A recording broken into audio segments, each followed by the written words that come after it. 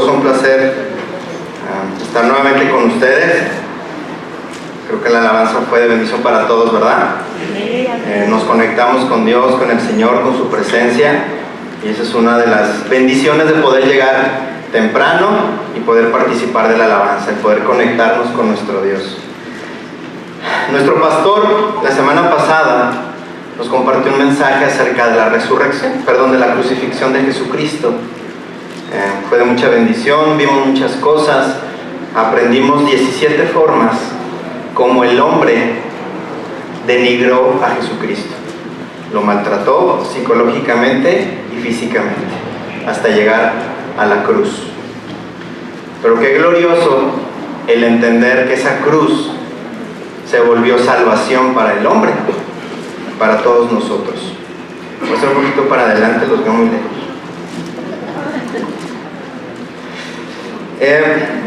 El día de hoy vamos a ver algo muy importante acerca de la resurrección. Qué increíble que a partir de que el Señor resucita, se han venido desencadenando muchos milagros. Y creo que aquí habemos muchos milagros. Habemos muchas personas que somos parte y que podemos participar de esa resurrección que Jesucristo, a través del plan que su Padre le dio, y al él ser obediente, pudo cumplir y nos da ese privilegio de poder compartir con él. Por favor, si son tan amables de abrir sus Biblias en el Evangelio de Lucas, capítulo 24, y vamos a leer de los versículos del 13 al 35.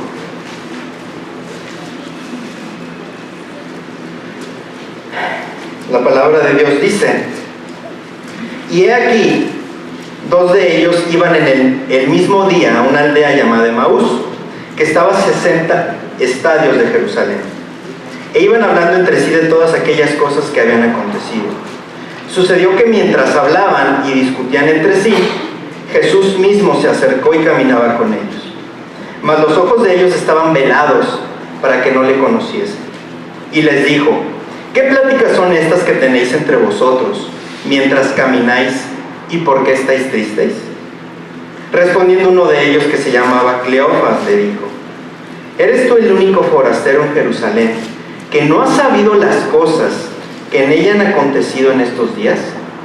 Entonces él les dijo: ¿qué cosas?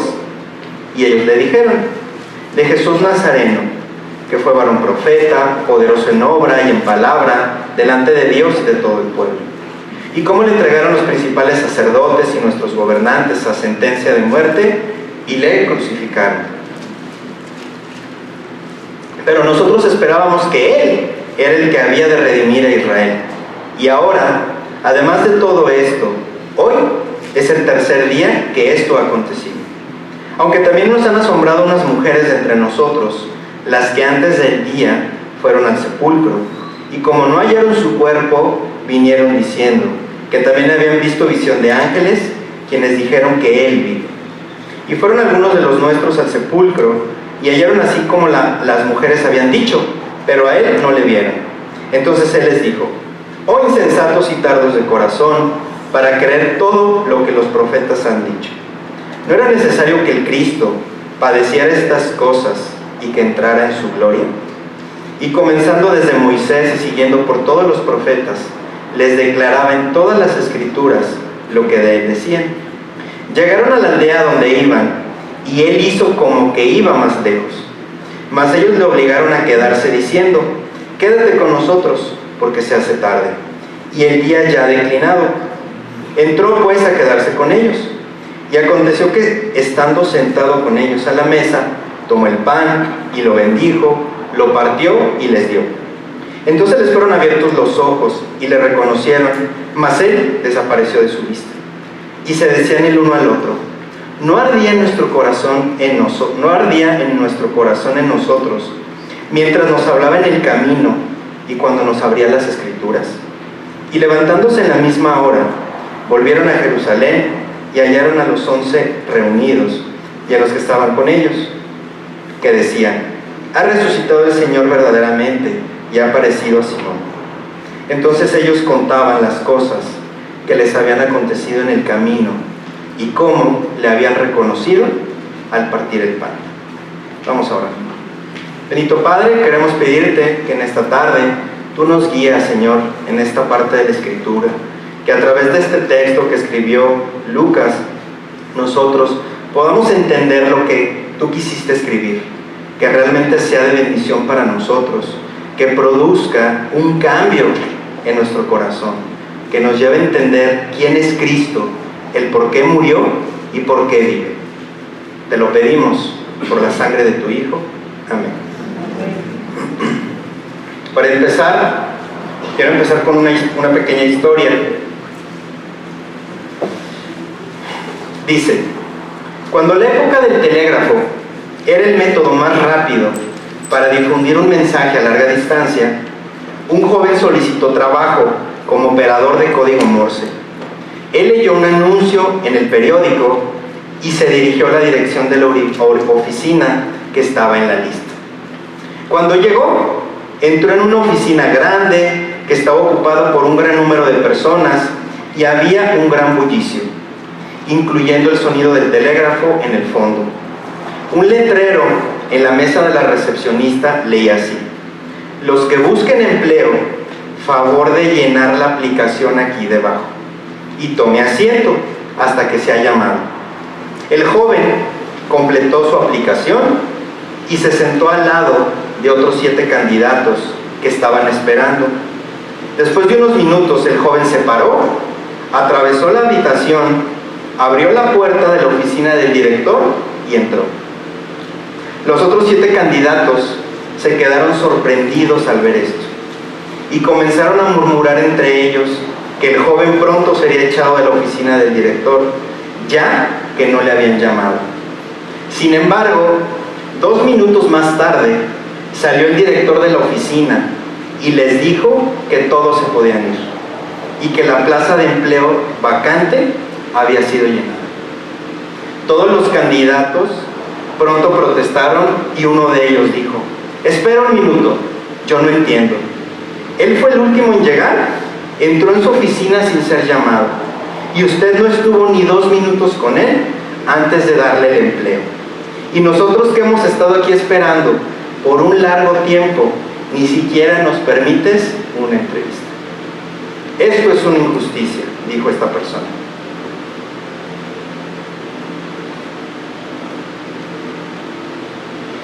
A lo que el director le contestó: por las últimas 3 horas, mientras que todos estaban sentados aquí, el telégrafo ha estado transmitiendo el siguiente mensaje. Si usted entiende este mensaje, párese y entre en mi oficina, que el trabajo es suyo. Ninguno de ustedes escuchó o entendió el mensaje, pero este joven sí, así que el trabajo es de él. El Señor habla de muchas formas y de muchas maneras. Y el Señor habla, el Señor se predica, Él transmite su mensaje y la palabra está ahí. ¿Con cuál nos queremos identificar? ¿Con el joven que entendió, que escuchó? ¿O con los otros jóvenes que estaban sentados sin entender el mensaje? Es importante el aprender a escuchar y el estar listos para recibir lo que el Señor nos quiere dar. Para meternos un poquito en el contexto del tema de hoy, este evangelio, el de Lucas, fue escrito hacia finales del primer siglo. En ese tiempo la mayoría de la iglesia se componía de cristianos que no conocieron a Cristo en carne y hueso. Esta narración conecta a los primeros cristianos y a nosotros con Cristo, que aún es revelado a través de la lectura y la interpretación de la Biblia. El hecho de no haber visto a Jesús con nuestros propios ojos no nos hace estar en desventaja, y la misma palabra nos lo afirma. En el Evangelio de Juan 20:29 dice: Jesús le dijo: porque me has visto, has creído. Dichosos los que no vieron y sin embargo creyeron. El Evangelio de Lucas describe el relato de la resurrección en 3 partes.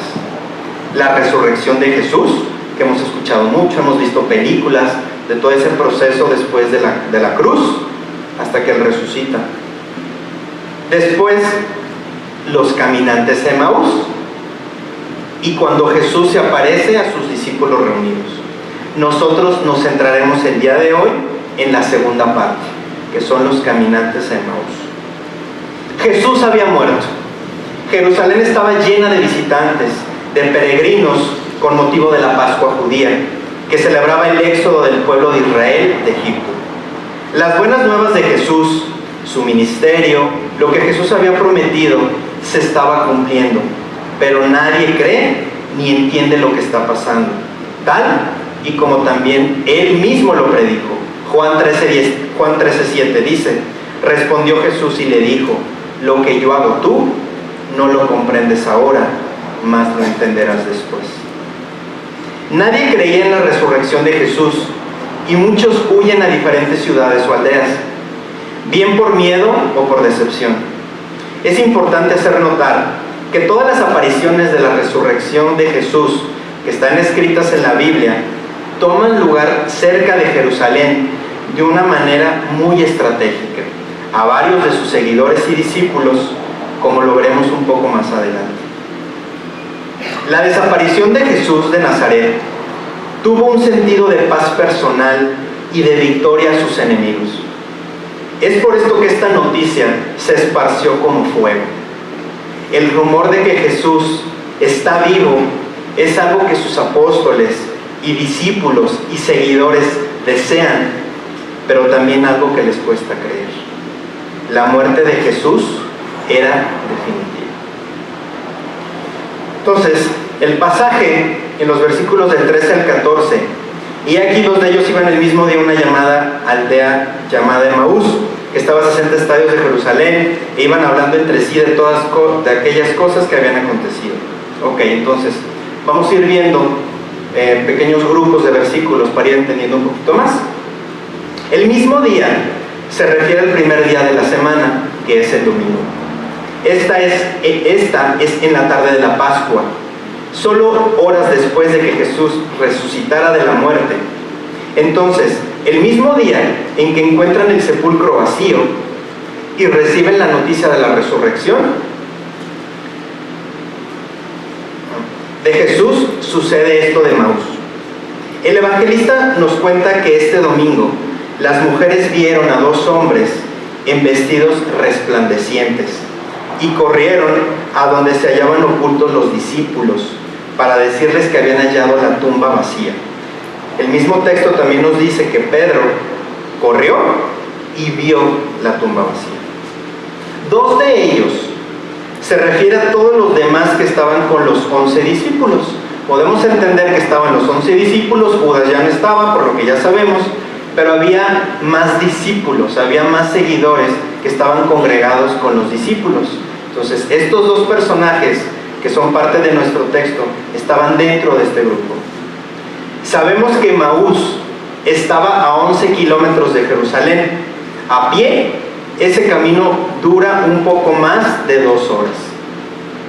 La historia no nos dice por qué los viajeros iban a Emaús, aunque sí, su hospitalidad con Jesús, invitándole a quedarse con ellos, hace probable que Emaús sea su hogar. De haber estado en Jerusalén, al haber acontecido todas estas cosas, ellos, por algunas razones que veremos, regresan a su hogar en Emaús. Emaús es a donde ellos tratan de olvidar a Jesús y el gran fracaso, porque no han visto manifestación de la resurrección. En caso, aquí hay varios historiadores comentan que hay posibilidades que estas 2 personas fueran esposos, no necesariamente 2 hombres. Y aquí el mismo texto nos dice que estaban comentando, entonces iban en el camino, imagínense 2 horas de camino, pues había mucho que platicar. Del 15 al 24 nos dice: sucedió que mientras hablaban y discutían entre sí, Jesús mismo se acercó y caminaba con ellos. Mas los ojos de ellos estaban velados para que no le conociesen, y les dijo: ¿qué pláticas son estas que tenéis entre vosotros mientras camináis? ¿Y por qué estáis tristes? Respondiendo uno de ellos, que se llamaba Cleofas, le dijo: ¿eres tú el único forastero en Jerusalén que no ha sabido las cosas que en ella han acontecido en estos días? Entonces él les dijo: ¿qué cosas? Y ellos le dijeron de Jesús Nazareno, que fue varón profeta, poderoso en obra y en palabras delante de Dios y de todo el pueblo. Si leemos cuidadosamente, yo creo que sí eran esposos. ¿Saben por qué? Porque del capítulo 14 al capítulo 15 hay un cambio. Decía que primero comentaban las cosas y después dice que discutían entre sí. Entonces, sí hay posibilidades que después de 2 horas estas dos personas pues llegaron a algo que no estaban de acuerdo y ya hubo una discusión. Justo al salir de Jerusalén se les une un extraño caminante y aproximadamente durante 2 horas de viaje camina con ellos, pensando que era otro peregrino que regresaba a casa tras la Pascua.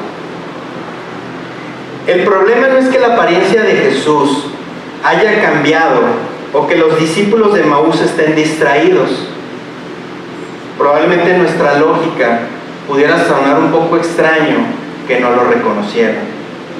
El verbo nos está indicando que algo está actuando sobre estos 2 discípulos. Dios les está velando de ver lo que de otra manera sería muy obvio, que el Jesús resucitado estaba caminando con ellos. Aquí es la única mención directa a Cleofas en el Nuevo Testamento. Nunca es mencionado en ninguna lista de apóstoles, por lo que estos 2 están entre los demás discípulos. Ambos ofrecen su hospitalidad como lo harían un marido y su mujer. Los estudiosos mencionan que Cleofas era esposo de una mujer llamada María, madre de Santiago el Menor, y que se menciona entre las mujeres que estaban paradas bajo la cruz. Si lo quieren anotar, en Juan 19:25 menciona a esta persona. Jesús podía haberse dado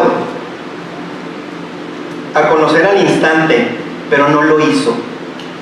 Pudiéramos preguntarnos por qué. ¿Por qué Dios veló los ojos de estas 2 personas? No quería que lo reconocieran como el Mesías resucitado en base a las emociones de esos días, de esos momentos, sino quería crear una base sólida en sus discípulos, tan fuerte que no volvieran a tener dudas. Este fin de semana pasado, casualmente no vemos mucha televisión, estamos un rato el domingo y estaban pasando una película que se llama La Resurrección de Cristo. Y creo que es una película es nueva, es del 2016, estuve investigando un poquito. Y nos impresionó mucho a mi esposa y a mí porque narra la historia de un centurión que se encarga de investigar, obviamente un centurión romano, que se encarga de investigar dónde está Jesús. Y lo necesita encontrar o muerto, su cuerpo, o vivo. Y pasan un sinnúmero de cosas, de circunstancias. Pero aquí lo más sorprendente, no les voy a platicar muchos detalles para que les dé la curiosidad y en algún momento la vean, se llama La Resurrección de Cristo. La verdad es que tiene muy buen contenido. Este centurión se queda impresionado cuando ve a Cristo resucitado. A través de ese milagro de verlo y que en un instante desaparece y después lo vuelve a ver. Solamente a través de estas manifestaciones es como a mí ya nadie me está contando, como a Tomás. Si yo no lo veo, no creo. Solo a través de manifestaciones milagrosas y el cumplimiento de las profecías es como sus discípulos iban a poder ser convencidos de que su maestro en verdad cumplió lo que había prometido. Es de notar que la mayoría de las intervenciones de Jesús en este texto son preguntas y una es una reprensión a estas personas. Cleofas presume que Jesús es el único en Jerusalén que no sabe las cosas que han pasado en esos días, cuando el verdadero hecho es que Jesús es la única persona que verdaderamente comprende todo lo que está pasando. Y una aplicación práctica para nosotros, ¿cuál sería? A veces nosotros estamos así, creyendo que Dios no sabe, que Dios no me entiende, que Dios no me cuida. Pero si nosotros somos totalmente honestos, debemos de reconocer que Él es el único que sabe y entiende todo lo que pasa en nuestras vidas. Y Él tiene el control de todas las cosas. Cleofas le resume en finas palabras el Evangelio en estos versículos diciendo que Jesús era varón profeta, poderoso en obra y en palabra delante de Dios y de todo el pueblo. Esto es en verdad, es realidad, pero no es toda la verdad. ¿Por qué? Jesús es un profeta y hablaba de sí mismo como tal, pero también es mucho más. Es un profeta como Moisés. En Hechos 7:22, que también probablemente lo escribió Lucas, describe a Moisés como poderoso en sus dichos y en hechos. En el libro de Deuteronomios 34:12 se dice que Moisés cumplió grandes señales a ojos de todo Israel. Entonces, lo que está haciendo Cleofas es ubicándolo a nivel de profeta y no de un rey o de un salvador. Recordemos que su vista, pero también su entendimiento está velado en este momento. No se hace ninguna mención de las autoridades romanas de las multitudes. Veíamos que los principales sacerdotes y sus autoridades son los que Lucas narra que entregaron y son los responsables de la muerte de Jesús. Están buscando un culpable sin entender todavía que Jesús se entregó a sí mismo. Estaba cumpliendo la voluntad de su Padre. Ellos todavía entendían, creían que los judíos, los líderes, los fariseos, habían provocado la muerte de Jesús. Y ahora nosotros sabemos que Él es el que Él mismo se entregó por nosotros. Hay una palabra que dice esperábamos en estos versículos. Estas son palabras tristes. ¿Por qué? Porque es en tiempo pasado. Esperanza convertida en tristeza. Para estos discípulos, la redención de Israel significaba la liberación de Israel de sus enemigos, es decir, los romanos. Para Lucas, sin embargo, Jesús sí redimió a Israel y le trajo el reino de Dios. Pero fue a través de su muerte que Jesús cumplió con esta redención y selló este nuevo convenio. La ironía de todo esto es que aunque cada día que ha pasado ha profundizado su desilusión, nosotros que podemos leer el Evangelio de Lucas, sabemos que Jesús predijo su resurrección al tercer día. La mención de la resurrección al tercer día está llena de esperanza para nosotros, para los que saben cómo termina la historia, y nosotros somos parte de esta esperanza. El relato de las mujeres produjo sorpresa, pero no fe. Ni siquiera creyeron la afirmación de los ángeles de que Jesús vivía, ya que lo platicaban como si hubiera sido una visión y no una realidad. Recordemos que la falta de esperanza apaga nuestra fe. Cuando nosotros perdemos la esperanza por diferentes circunstancias, nuestra fe se apaga. Algo que debemos admirar de estos dos discípulos de Emaús es que abrieron su boca. ¿Cuántos de nosotros estaríamos dispuestos a un caminante extraño que se venga con nosotros, el poder platicar y abiertamente comentar acerca de Jesús? Los líderes judíos mataron a Jesús y los discípulos se escondieron, temiendo que ellos podían ser los próximos en ser perseguidos. Se podría esperar que los discípulos de Emaús no abrieran su boca sobre su relación con Jesús, excepto quizás cuando estamos con amigos o con compañeros o con gente que tenemos la confianza o la afinidad. Aquí, sin embargo, ellos hablan abiertamente de Jesús como una persona que creen ser un desconocido. En todo momento, en cualquier situación, nosotros debemos de compartir nuestra fe. porque no sabemos lo que el Señor va a producir. Recuerden que el Señor nos manda a plantar la semilla en el corazón de las personas. Y es a la hora de cuando nosotros abrimos nuestra boca, es cuando nosotros compartimos, es la única forma donde el Señor va a poder obrar en esas personas. Probablemente habrá momentos en donde nosotros no veamos el fruto de esa persona. Pero qué gran bendición que cuando lleguemos al cielo descubriremos en todas esas personas que nosotros les pudimos compartir que hubo fruto, que hubo bendición. Y no para nosotros, sino para la gloria de Dios. Versículos 25 al 27. Entonces Él les dijo: oh insensatos y tardos de corazón, para creer todo lo que los profetas han dicho. ¿No era necesario que el Cristo padeciera estas cosas y que entrara en su gloria? Y comenzando desde Moisés y siguiendo por todos los profetas, les declaraba en todas las escrituras lo que de él decía. Ok, aquí Jesús, ¿qué está haciendo? Está reprendiendo a los dos discípulos. ¿Por qué? Porque no estaban creyendo en las escrituras, por no creer a los profetas.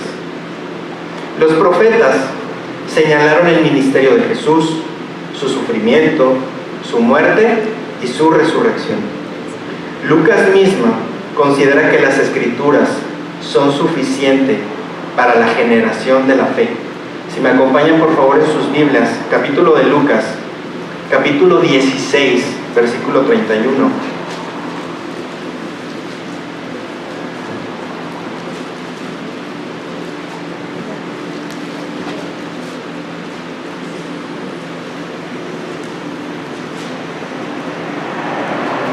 Aquí nos dice, está hablando de el rico y Lázaro, conocemos la narración, y dice: mas Abraham le dijo: si no oyen a Moisés y a los profetas, tampoco se persuadirán, aunque alguno se levantara de los muertos. Las escrituras están para que nosotros las creamos, las apropiemos y las vivamos. Jesús implica que Dios mandó el sufrimiento del Mesías antes de que entrara en su gloria, mientras que esto no era evidente para los primeros discípulos. Los discípulos de Maús han identificado a Jesús como un profeta, recordándonos que los profetas eran perseguidos y matados. Las propias palabras de Jesús, las maneras de Dios, no son como las nuestras. Qué increíble que Dios escogió la locura de la cruz, porque lo insensato de Dios es más sabio que los hombres, y lo débil de Dios es más fuerte que los hombres. Esto nos lo dice Pablo en 1 Corintios 1:25. No nos debe sorprender que Dios escogió a un joven pastor llamado David para que fuera rey sobre su pueblo. Un pequeño ejército comandado por un juez llamado Gedeón para enfrentar a un ejército mucho más numeroso que ellos. Y a un pueblo rebelde como Israel para cumplir su plan de redención. Entonces también, qué increíble que también escogiera una cruz, un simple instrumento de madera, que era la más humillante muerte de aquella época, pero como lo comentamos al principio, es lo que a todos nosotros nos da salvación. Si recuerdan, cuando la última vez que nos acompañó el pastor Carlos Contreras, nos habló un mensaje muy alentador acerca de que debemos de buscar que la gloria de Dios. Pero también entendimos que si no estamos dispuestos a primero pasar por la cruz de Cristo, no podemos llegar a esa gloria. Todos nosotros necesitamos tomar nuestra cruz y seguir a Jesús. Y solo a través de ese instrumento es como nosotros podemos llegar a la gloria de Dios. Lucas no nos dice cuáles escrituras usó Jesús para revelarse, solamente dice que se las nombró. Algunas de ellas pudieran ser, si me acompañan por favor a Deuteronomio 18:15, vamos a ver algunas citas.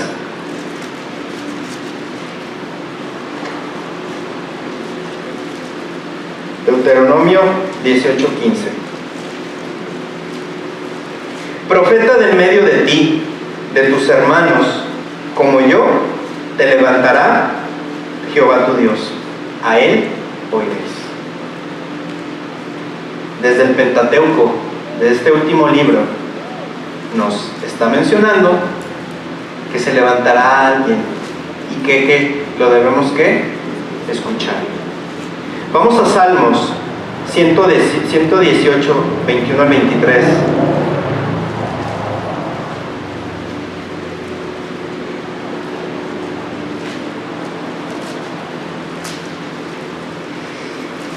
Nos dice: te alabaré porque me has oído y me fuiste por salvación. La piedra que desecharon los edificadores ha venido a ser cabeza del ángulo. De parte de Jehová es esto, y es cosa maravillosa a nuestros ojos.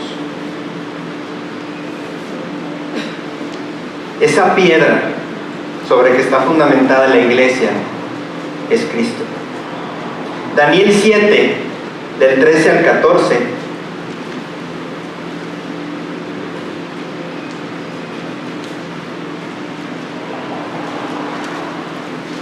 nos dice: miraba yo en la visión de la noche, y he aquí con las nubes del cielo venía uno como hijo de hombre, que vino hasta el anciano de días, y le hicieron acercarse delante de él, y le fue dado dominio, gloria y reino, para que todos los pueblos, naciones y lenguas le sirvieran. Su dominio es dominio eterno, que nunca pasará, y su reino uno que no será destruido. Entonces, y pudiéramos repasar y pudiéramos entender que a lo largo del Antiguo Testamento hay muchas citas, hay muchos pasajes donde se menciona y se habla acerca de Jesús. Jesús empieza revelándose por medio de las Escrituras. En pocos momentos completará su revelación por medio de la Santa Cena, que ahorita veremos.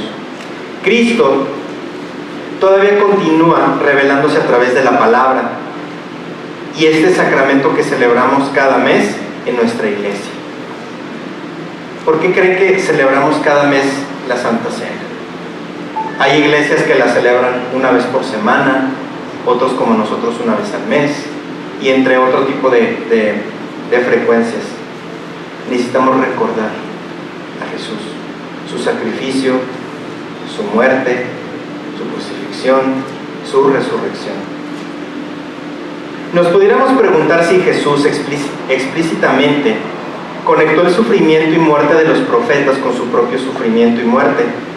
Es verdad que los profetas sirvieron de modelo para la crucifixión y para el servicio humilde de sacrificio que Dios espera de nosotros. La Escritura es un vehículo poderoso para llegar a la revelación de Cristo. Cristianos son guiados y refortalecidos por la palabra de Dios todos los días. Los que no son cristianos deben ser persuadidos a leer la Biblia para tener un encuentro personal con su Creador y Salvador. ¿Por qué creen que es importante que nosotros debemos memorizar las Escrituras? Debemos saber dónde están los versículos importantes para nosotros poder exponer a las personas que no son creyentes, que no se han reconciliado con Dios, llevarles la palabra. Pero si nosotros mismos, como hijos de Dios, no estamos cumpliendo con esta tarea, no vamos a poder llevarla a estas personas que no son salvas. Conocemos muchas historias verídicas de gente cuyas vidas cambian después de leer y creer la Biblia.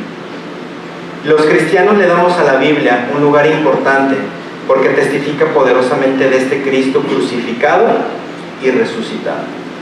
Creo que todos aquí conocemos muchos testimonios de gente que al ser expuestos a la palabra de Dios, sus vidas cambian.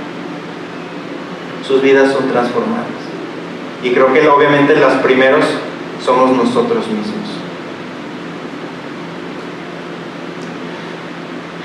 Ok, los versículos del 28 al 32 nos dicen: ahora, llegaron a la aldea a donde iban, y él hizo como que iba más lejos. Mas ellos le obligaron a quedarse diciendo: quédate con nosotros, porque se hace tarde, y el día ya ha declinado.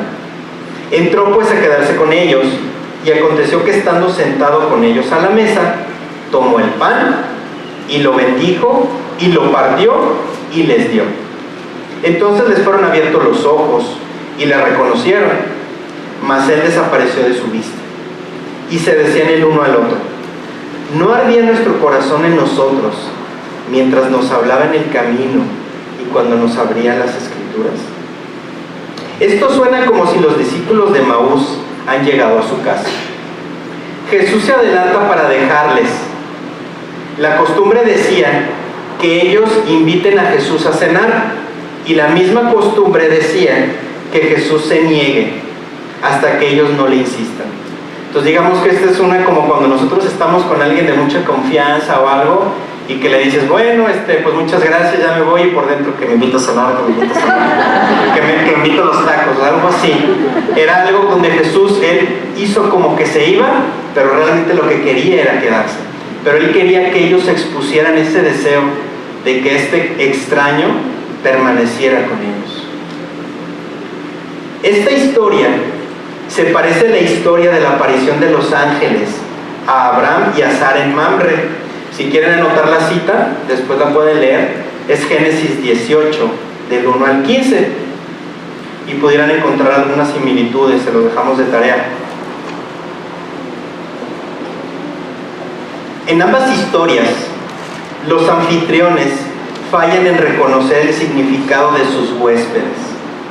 La mayoría de nosotros, cuando tenemos reuniones, celebramos alguna fiesta, algún cumpleaños, invitamos a gente que conocemos, a gente que conocemos muy bien, a gente que queremos mucho, pero difícilmente invitaríamos a alguien que yo no conozco, a un desconocido.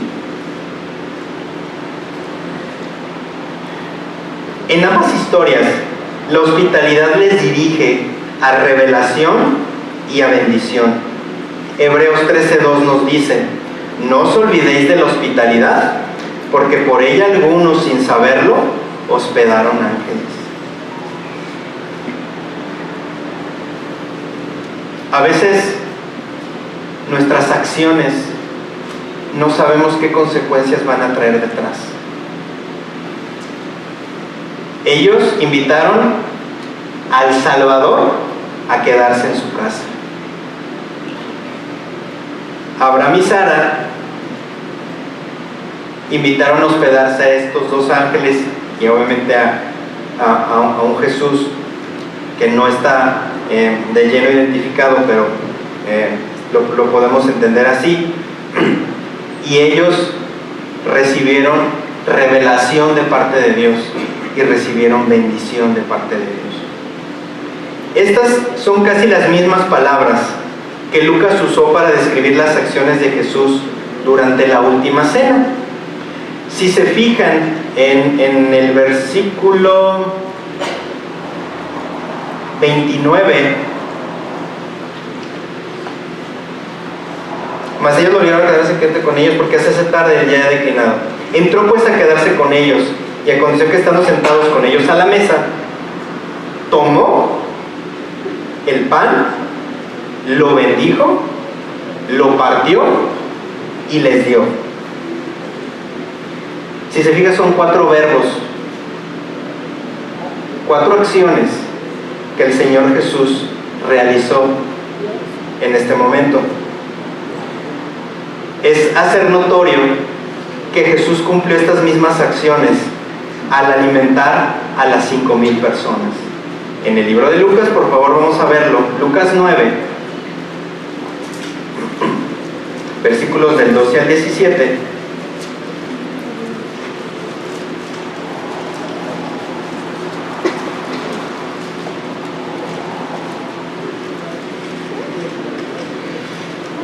Nos dice: pero el día comenzaba a declinar, y acercándose los 12 le dijeron: despide a la gente para que se vayan a las aldeas y campos de alrededor, y se alojen y encuentren alimentos, porque aquí estamos en lugar desierto. Él les dijo: dadles vosotros de comer. Y dijeron ellos: no tenemos más que 5 panes y 2 pescados, a no ser que vayamos a nosotros a comprar alimentos para toda esta multitud. Y eran ellos como 5,000 hombres. Entonces dijo a uno de sus discípulos: hacedlos sentar en grupos de 50 en 50. Así lo hicieron, haciéndolos sentar a todos. Y tomando los 5 panes y los 2 pescados, levantando los ojos al cielo, los bendijo, los partió y dio a sus discípulos para que los pusiesen delante de la gente. Son las mismas acciones que el Señor Jesús realizaba para poder compartir el pan con estas personas. Normalmente el anfitrión cumpliría estas acciones en su casa y el celebrado las cumpliría en un servicio de veneración. Jesús, el huésped, se está convirtiendo en ambos. Se está convirtiendo en el anfitrión y se está convirtiendo en el celebrante en esta mesa. Es notorio observar que el Cristo resucitado es revelado cuando estamos contando la historia, cuando se interpreta la Escritura y al partir el pan. En cada acción que nosotros vemos acerca de Jesús, Él se está revelando. Obviamente, en esta primera instancia, a los caminantes de Emaús, pero también a nosotros hoy en día. Antes los ojos de ellos estaban cegados para que no le conociesen. Ahora sus ojos fueron abiertos. La exposición de las Escrituras les preparó para reconocerle al partir el pan. Fue Dios el que tapó sus ojos y es Dios el que se los destapa. La unión de la mesa no es un error, es uno de los temas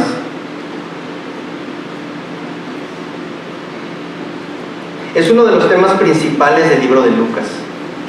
Muchas de las apariciones de la resurrección que Lucas describe están asociadas con la mesa, con el partimiento del pan. Es como hay un dicho que nos dicen a los cristianos que lo que nosotros no lo fumamos, lo tomamos, no lo comemos, ¿no? Siempre en nuestras reuniones, sobre todo en nuestra iglesia, somos muy hospitalarios y siempre tratamos de compartir los alimentos. Y no solamente el hecho de poder compartir, sino que eso nos hace después de la reunión de comunión algunos domingos, nos quedamos a comer. Pero lo importante no es la comida, ¿qué es? El comunión, el poder compartir. Y por eso lo hace. Jesús da el pan, pero lo hace para poder compartirlo con las personas. Entonces, ¿qué pasó? En el momento que Él hizo esta acción de compartir el pan, en ese momento lo reconocieron y Jesús desaparece. Esta historia pudiera ser similar a la parábola del hombre rico y Lázaro en algo muy importante. En esta parábola, Lázaro estaba acostado afuera a la puerta del hombre rico, pero el hombre rico ni lo reconoció ni compartió su par con él. O sea, totalmente opuesto al ejemplo de Jesús. Él no quiso compartir, él no quiso dar. En la muerte, sus situaciones dan vuelta y el hombre rico le suplicó a Dios que mandara a Lázaro con una gota de agua para que lo refrescara. Lo triste es que por no haber ayudado a Lázaro, el hombre rico se privó a sí mismo de bendiciones. Entonces nos pudiéramos preguntar, ¿qué hubiera descubierto el hombre rico si hubiera compartido su pan con Lázaro? ¿Qué hubiera pasado si realmente esta persona hubiera compartido con él? Probablemente su destino eterno pudo haber cambiado. En comparación, los discípulos de Emaús le demostraron cariño y hospitalidad a Jesús y son recompensados con una cita privada con su Señor. Les he platicado en otros momentos que Dios nos dio la oportunidad de poder tener 45 minutos con el pastor Miguel Núñez. Y obviamente son personas que tú ves y que de alguna manera lo único que han hecho pues es entregarle su vida a Dios, así como nuestro pastor, el pastor Carlos, Abelardo, Gelman, todas esas personas. Ojalá en algún momento ustedes tengan la oportunidad de tener una cita privada con algún persona que esté tan cerca de Dios, que te transmite su paz, su amor, su sencillez, su calidez. Son cosas que jamás se te llegan a olvidar. Entonces imagínense que estas dos personas, si fueron esposos o eran dos personas, tuvieron una cita privada con Dios. Solamente ellos dos, no más. Dos personas con Jesús. Nunca sabemos qué bendiciones podemos recibir al dar hospitalidad o qué bendiciones podemos perder al no hacerlo. En este momento debemos entender que los discípulos se vieron invadidos por la poderosa presencia del crucificado. Si bien por un lado nadie había visto a Jesús resucitar de entre los muertos, por otro lado no había duda que Jesús se estaba apareciendo a sus discípulos en muchos lugares. Es esta presencia de Jesús crucificado entre sus discípulos la que les lleva a concluir, a aceptar la idea de que Jesús de Nazaret había resucitado por Dios mediante el poder del Espíritu Santo. Son estas apariciones de Jesús a Cefas, que es Pedro, a más de 500 personas a la vez, a Santiago y más tarde a todos los discípulos. Todos estos acontecimientos, desde la tumba vacía, saca a los discípulos de sus dudas y cuestionamientos y les convierte en testigos de la resurrección. Nosotros somos testigos de esta resurrección. Nosotros somos partícipes de esta resurrección. Vamos por favor al libro de Hechos, capítulo 2.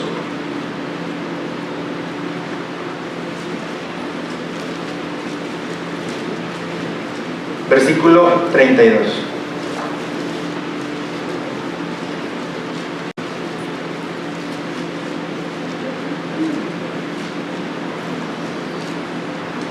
Este versículo les recomiendo que lo memoricen, lo mediten y lo apliquen. A este Jesús lo resucitó Dios, de lo cual todos nosotros somos testigos.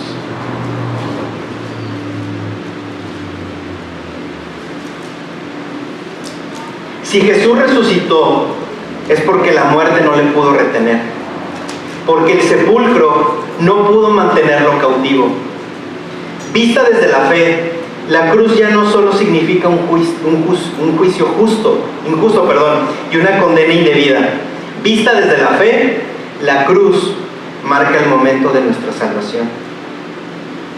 Cuando Jesús de Nazaret es visto por la fe y desde la fe, tenemos que confesar que aquel que se levanta victorioso de la muerte es el Cordero de Dios que quita el pecado del mundo.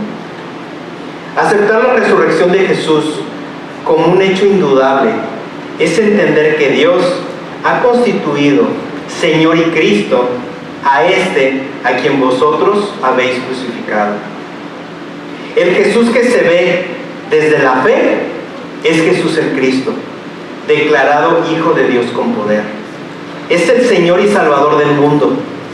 Es Señor porque es amo, porque es Rey, porque es el único digno de recibir poder, honor, gloria y alabanza. Amén.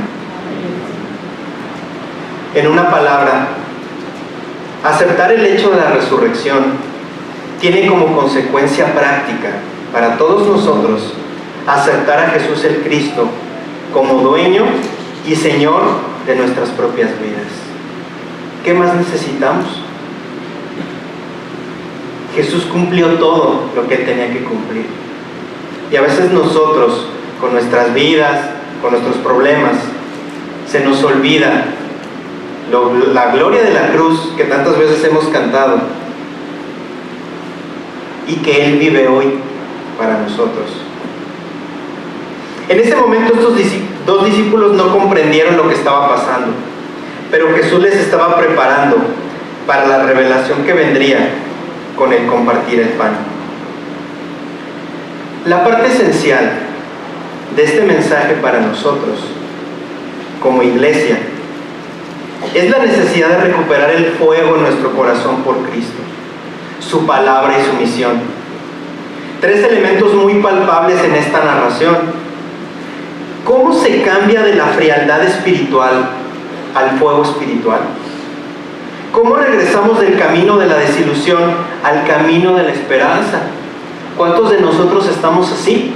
Desilusionados, sin esperanza, tristes, cabizbajos.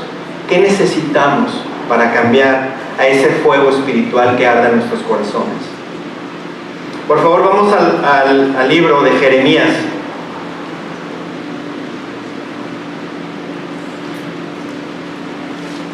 Capítulo 20.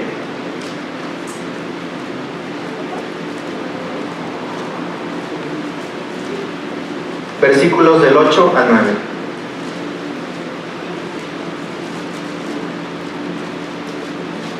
Y dice: porque cuántas veces habló, doy voces, grito, violencia y destrucción, porque la palabra de Jehová me ha sido para afrenta y escarnio cada día. Y dije: no me acordaré más de él, ni hablaré más en su nombre. No obstante, había en mi corazón como un fuego ardiente metido en mis huesos. Traté de sufrirlo y no pude. El mismo Jeremías, un poquito más adelante, el 23-29,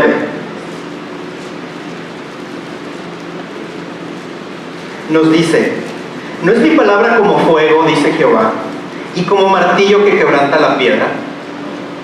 Me tomé la libertad de poder, cuando estaba viendo este pasaje, me encontré con esa imagen. ¿Es la palabra como fuego? ¿Realmente es el recurso que yo uso para buscar a Dios, buscar su presencia, buscar apoyo, consuelo, y que eso sea lo que traiga ese fuego ardiente en mí? Lo tenemos como un instrumento religioso, de superstición. Yo recuerdo tristemente en casa de muchos de mis compañeros en la secundaria y en la preparatoria, todos tenían una Biblia abierta, empolvada, pero la tenían.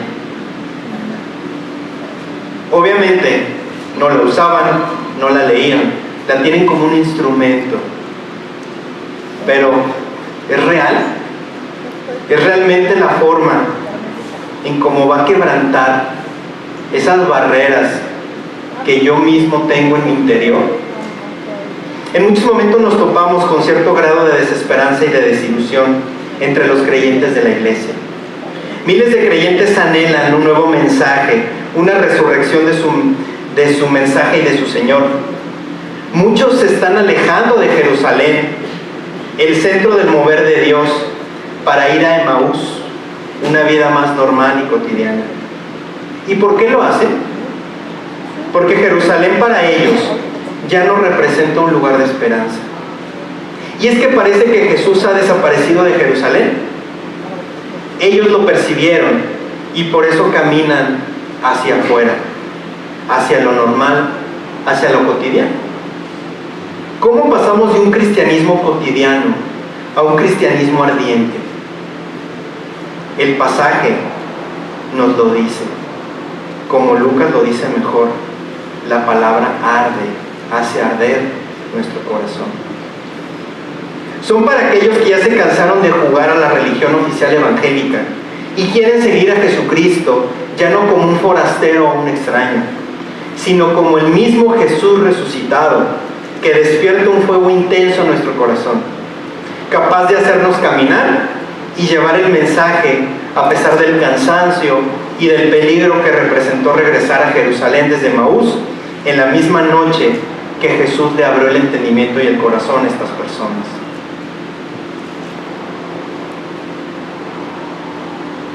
Es un encuentro que les da ánimo a los entristecidos discípulos. que les abre las escrituras y les quema el corazón. Los caminantes viajan con Cristo y eso los llena de su misma presencia. Pero aún eso no es suficiente. No es hasta que los discípulos reconocen en el caminante al crucificado que se renueva su entendimiento y que alcanzan por la fe el conocimiento de Jesús como su Salvador.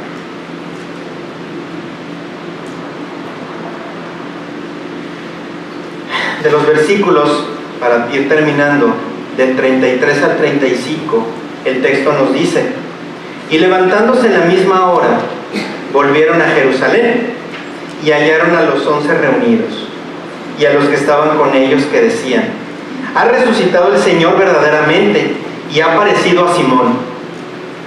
Ellos contaban las cosas que les habían acontecido en el camino y cómo le habían reconocido al partir el pan. Aquí los discípulos de Emaús se apresuran para compartir su historia con los discípulos en Jerusalén. En menos de una hora estaban de regreso a Jerusalén. Si nosotros por el mismo texto sabemos que eran 7 millas de camino y que ya era tarde, ellos hicieron la mitad de tiempo al regresar. Entonces, ¿qué hicieron? Corrieron.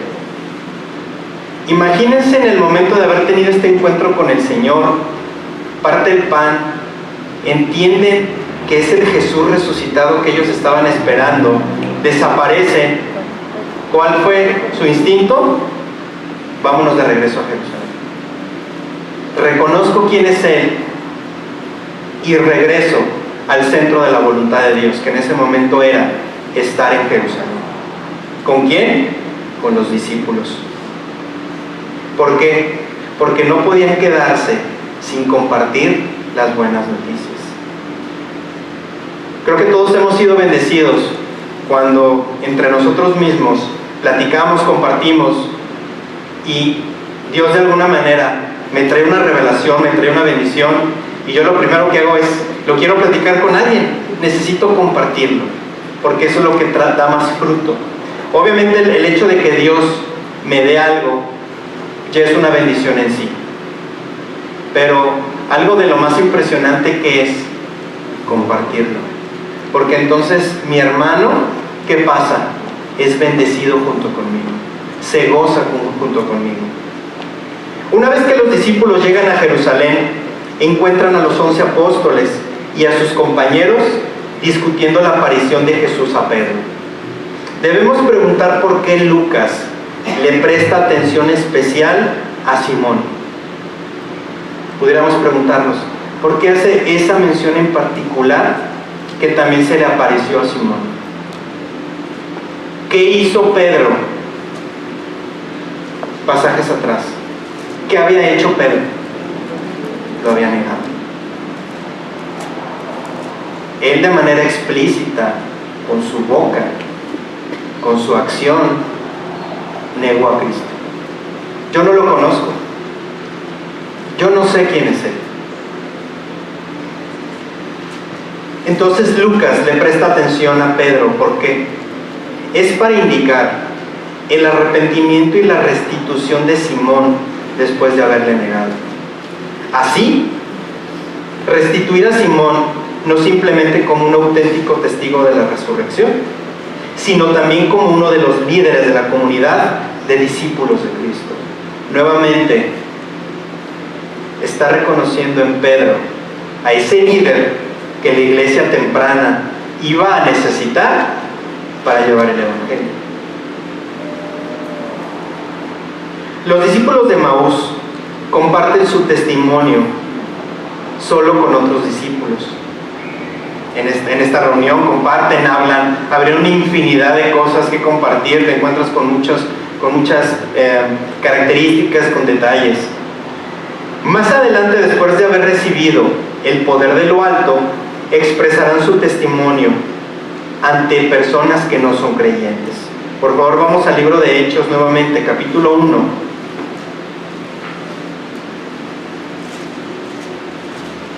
Hechos 1, versículo 8.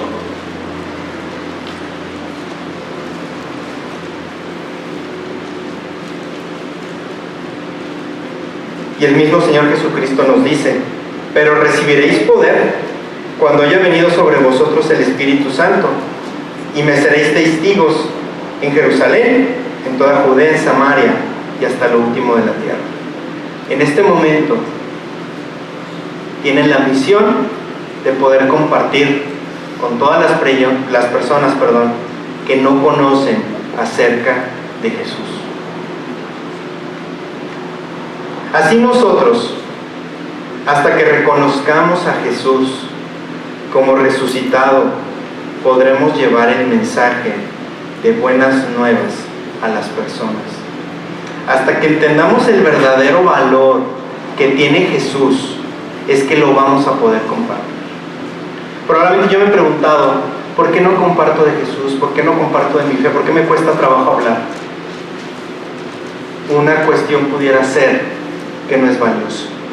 No hemos entendido el verdadero propósito de Jesús en nuestras vidas y en la vida de tantas personas que están allá afuera sin esperanza.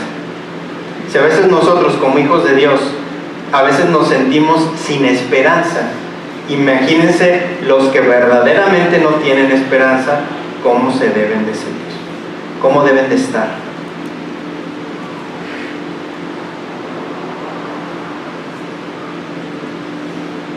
Ok. 2 seguidores confundidos en un viaje lleno de dudas. Reconocen a Jesús y sus vidas cambian para siempre. No sabemos nada en específico de estos 2 discípulos, pero lo único que sí podemos saber es que sus vidas ya no fueron igual. Todos nosotros hemos conocido a alguien que marca un momento importante en nuestras vidas. No solamente en la iglesia, en cualquier punto en particular.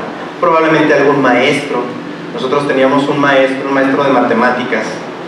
Híjole, esos maestros de matemáticas. Espero no haya alguno aquí. Pero en una forma muy peculiar de enseñar, era muy estricto. Pero es una persona que en algunas circunstancias marca tu vida. Probablemente un jefe en algún trabajo. Probablemente algún vecino. Probablemente algún amigo, algún familiar, que por alguna circunstancia marca algo en tu vida. Imagínense en la vida de estos 2 discípulos este encuentro personal con Jesús, cómo marcó sus vidas. No puedo aseverarlo, no puedo acertarlo, pero sabemos que los discípulos fueron por muchas regiones a compartir el Evangelio. Probablemente ellos, esa cena que tuvieron con Jesús, probablemente fue la última vez que estuvieron en Emaús. Pudieron haber ido a compartir, se pudieron haber quedado en Jerusalén, pudieron haber seguido a alguno de los discípulos, infinidad de variables que puede haber. Lo más importante es que su vida cambió. Nosotros debemos preguntarnos: ¿arde mi corazón por Jesús? Cuando abro las Escrituras, ¿arde mi corazón por Jesús? Nuestro encuentro diario con Jesús resucitado debe llevarnos a la vivencia y predicación del Evangelio, llenos de vida e ilusión. El día de resurrección es día de victoria. Es el día en que Jesús vence la muerte para darnos vida. El domingo de resurrección es un día para renovar nuestras mentes, viendo la salvación que recibimos en la cruz por medio de la muerte del Señor en el Calvario. Pero sobre todas las cosas, el domingo de resurrección es un día de encuentro. Es un día de encontrarse con el Señor, que ha viajado toda la vida con nosotros, consolándonos, ayudándonos, y a pesar de diferentes circunstancias que todos hemos vivido, Él ha estado ahí con nosotros, en el camino. Hoy es el día de abrir los ojos para ver la presencia efectiva de Jesús en nuestro alrededor. Hoy es día de abrir el corazón, dándole cabida en Él al Señor resucitado, para recibir la vida que Él nos da por su muerte y resurrección. Vamos a orar.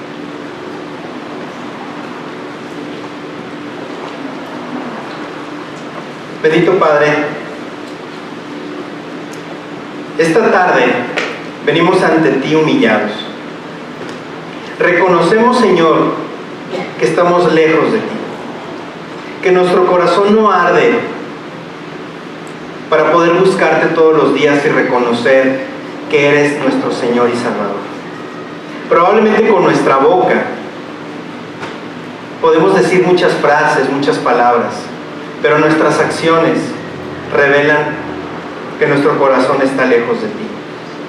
Nosotros te pedimos el día de hoy que nos podemos encontrar contigo, que nosotros todos los días estemos en un contacto directo y que esto haga a través de tu palabra, que nos contagiemos, Señor, de tu santidad, de tu verdad, de esa santificación que tú esperas en nosotros para poder cumplir con tu obra y con tu plan. Sabemos, Señor, que no somos dignos de recibir tantas cosas de ti, pero lo que sí sabemos es que tú nos escogiste y que si nos tienes aquí es que tenemos la oportunidad de poder vivir una vida plena, en gozo, y que a través de la cruz, a pesar de lo que cada día podamos vivir, nosotros seremos fieles a ti. Señor, ¿a quién iremos? Tú eres el único en el cual podemos depositar nuestra fe y nuestra esperanza. Guíanos a través de este camino para no fallar y poder llegar a cumplir ese plan que tienes para cada uno de nosotros. Permite que como hermanos podamos compartir las bendiciones y los problemas que tengamos y ser mutuamente edificados, y poder compartir el pan, no solamente físico, sino el pan espiritual a toda criatura. Gracias por este tiempo. Te pedimos que produzca fruto y fruto en abundancia para tu gloria. Por la sangre de tu Hijo. Amén.